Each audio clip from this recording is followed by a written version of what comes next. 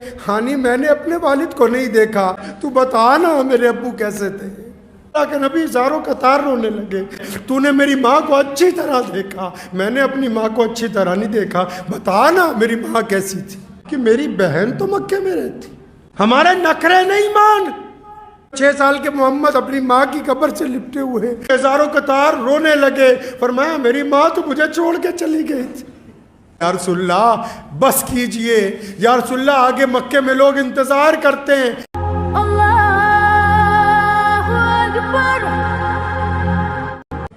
کہاں گئے محمد رسول اللہ فتح مکہ کی اس رات کو؟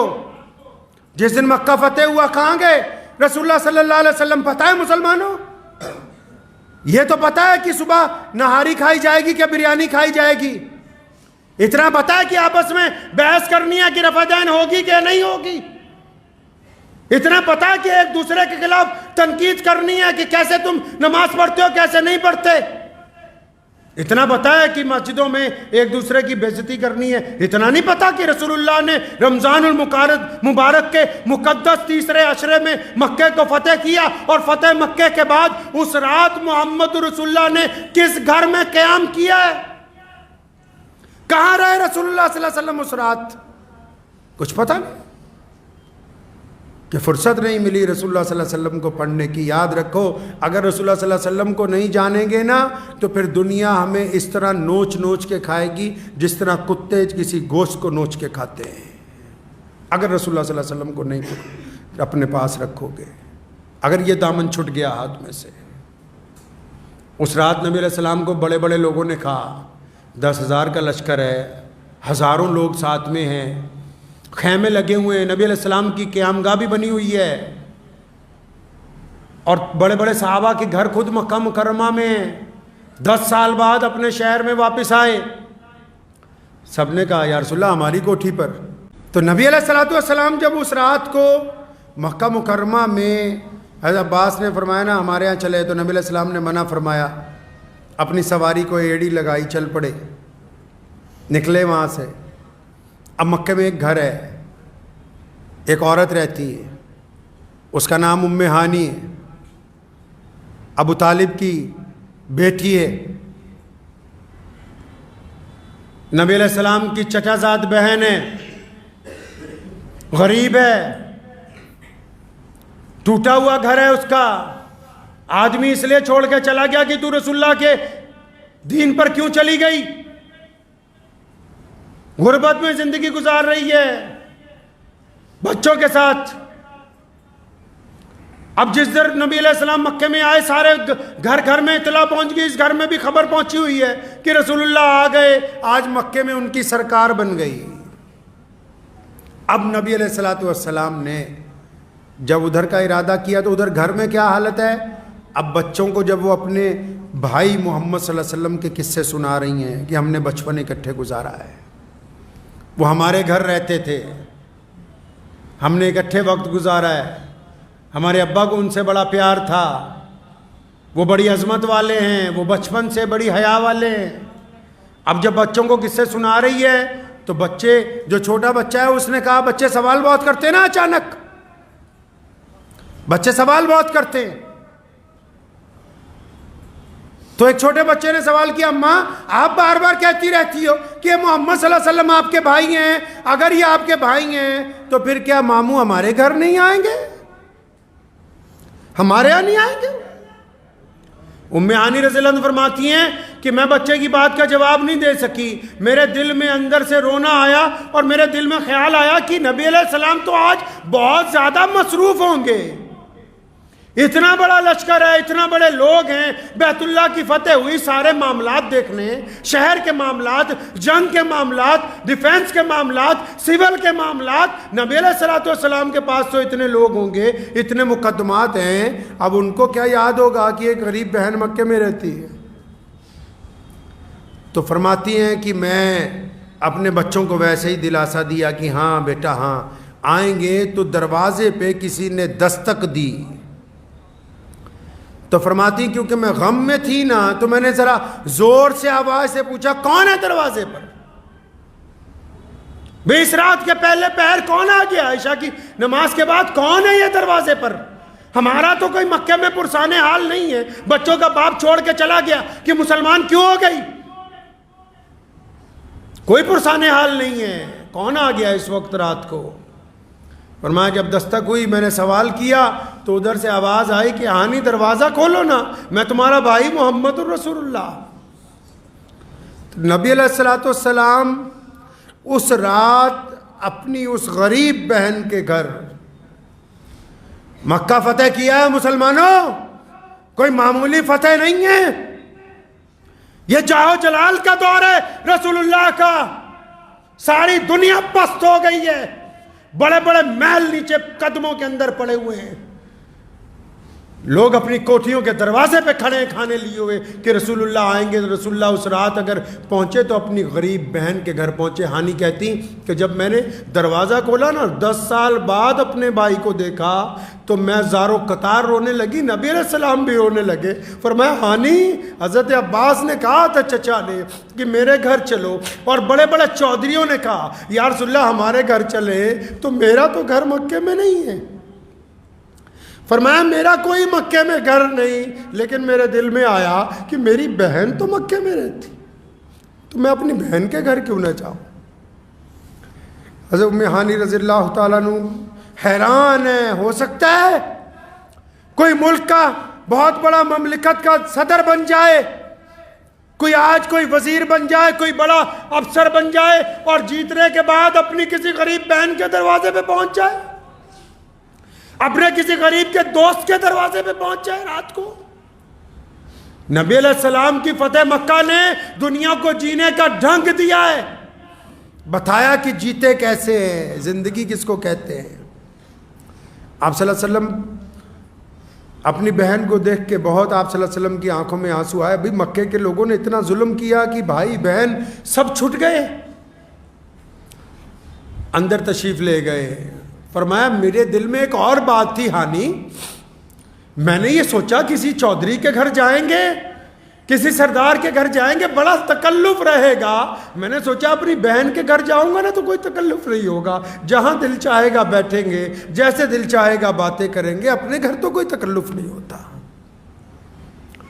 نبی علیہ السلام نے فوراً فرمایا ہانی کچھ کھانے کو لاؤ، بڑی بھوک لگی، آج سارا دن تو بڑی مصروفیت کا دن تھا نا، آج مکہ فتح کیا، بیت اللہ کو پاک کروایا لات اور عزا سے، نمازیں پڑھائیں، قیدیوں کو معاف کیا، مکے کی حکومت کو سیٹلمنٹ دی، آج تو بڑا مصروفیت کا دن تھا، کچھ کھانے کو لاؤ۔ ام ہانی روتی اٹھیں، فرمایا یا رسول اللہ ایک باسی روٹی ہے گھر میں، ایک باسی روٹی، ہمارے تو نخرے مان نہیں، خدا کی قسم ہمارے نخرے نہیں مان۔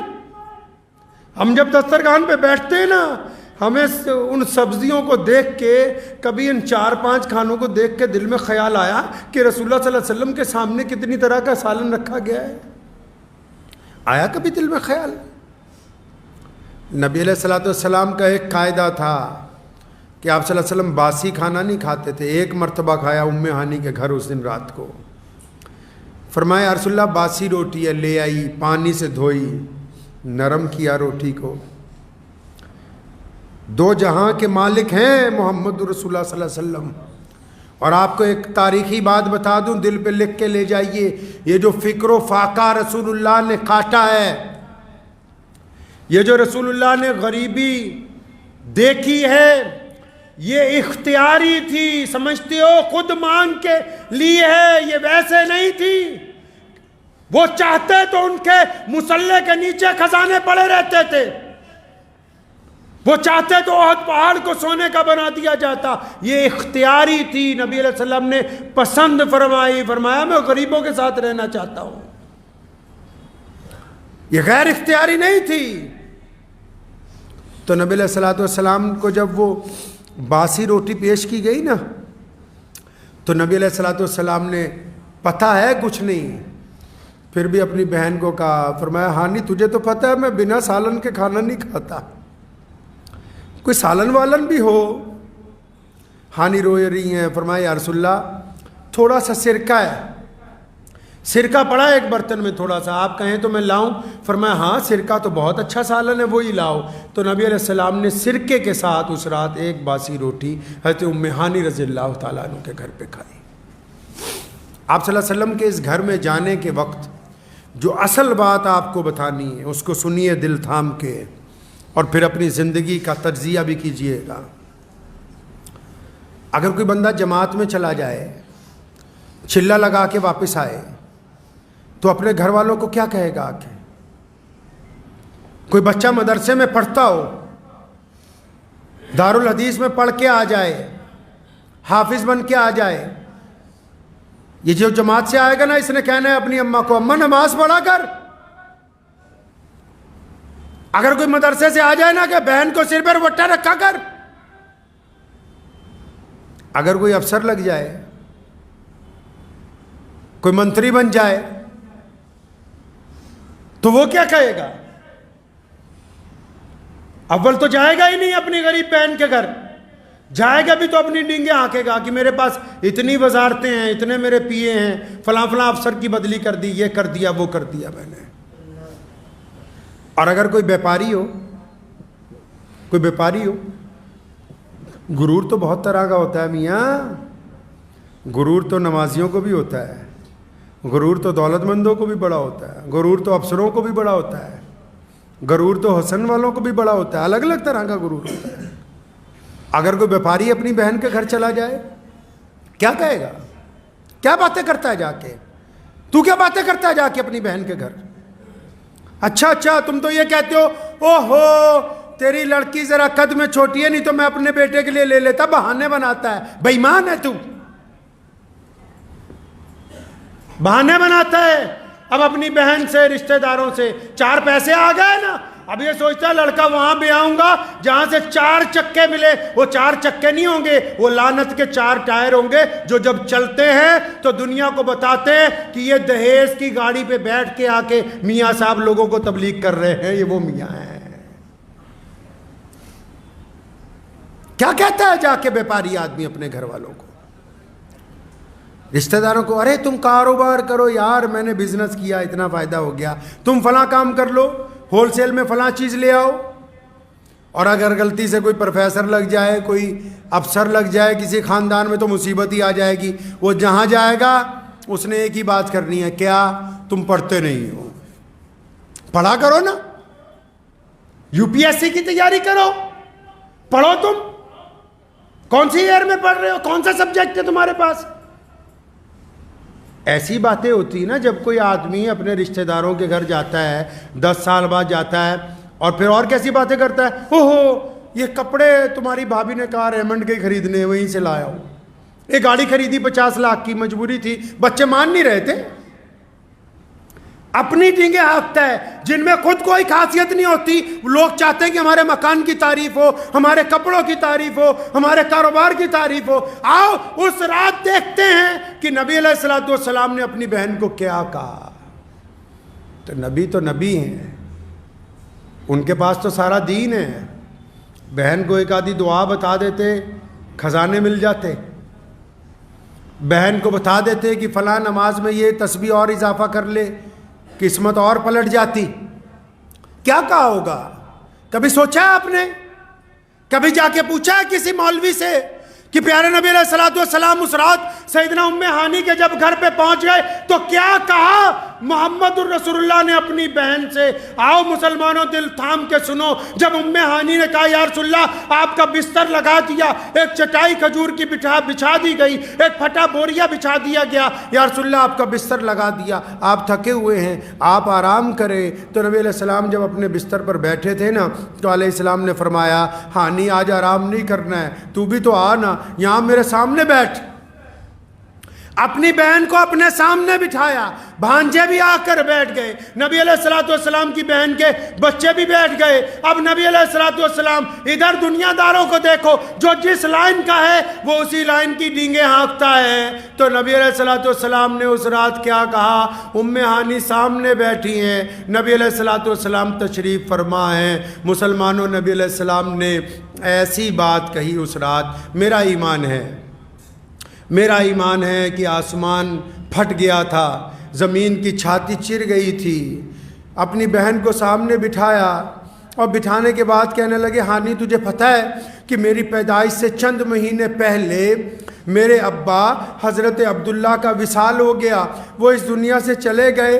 ہانی میں نے اپنے والد کو نہیں دیکھا, تو نے حضرت عبداللہ کو دیکھا ہے, تو بتا نا میرے ابو کیسے تھے, بتا نا سیدنا عبداللہ کا خد و کال کیسا تھا, میرے والد نظر کیسے آتے تھے, ان کا چہرہ کیسا تھا, وہ چلتے کیسے تھے, ان کی زبان کیسی تھی, آنکھیں کیسی تھی.